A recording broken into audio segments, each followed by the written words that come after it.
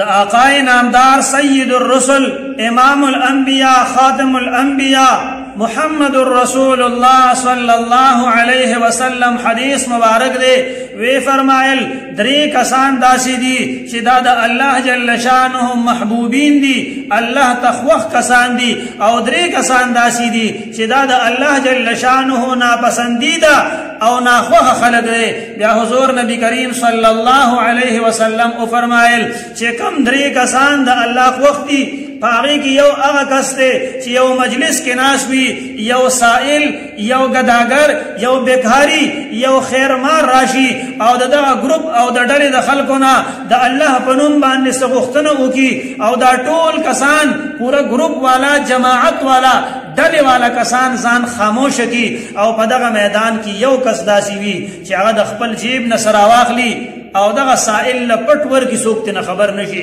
نو دا کس الله ته محبوب دی او دویم الله جل شانه ته کم کس محبوب دی هغه گروپ کسانو کې دی دا هغه ډلې کسانو کې دی چې دای په یو سفر باندې رواني او ډیر زیات ستړیواله ډیر زیات تکاوت ورته ملاو شوی وي او د خوب په ډیره زیاته غلبه وي کله چې دی هغه پړاو ته ورسی هغه خپل منظر مقصود ته ورسی نو ټول ودشي خو په دې کې یو کس داسې وي چې هغه بیا هم د الله عبادت او د الله د کتاب تلاوت کوي دا د الله جل شانه محبوب او پسندیده بنده دی او دریم هغه کس چې یو ګروپ او یو ډله د الله جل شانه په لاره کې جهاد کوي او دی چې کله جهاد کې مخکې رواني نو دشمن په غالب شي نو دا کسان ټول واپس شي په دې کې یو د الله بنده داسې دی چې دی رستو کېږي نه دی په کافر باندې بیا هم ورځي په کافر باندې بیا هم حمله کوي یا خو دی هلته کې شهید شي او یا دی غازی شي نو دکه قسم د الله جل شانه محبوب بنده دی او کم درې کسان چې د الله ناخوښه دي الله ته ناپسندیده دي نو یو په دې کې بوډا بدکار زانی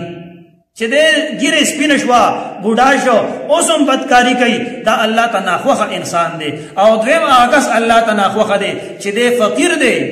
او دې سره متکبر دی یو طرف ته فقر غریبی دا دویم طرف ته په دې کې تکبر دی او دریم کس کم چې الله جل شانه ته ناخوښه دی دا مالدار ظالم چې دله الله مال ورکړی دی او دی د هغه مال باوجود په خلکو باندې ظلم کوي نو دا درې کسان الله جل شانه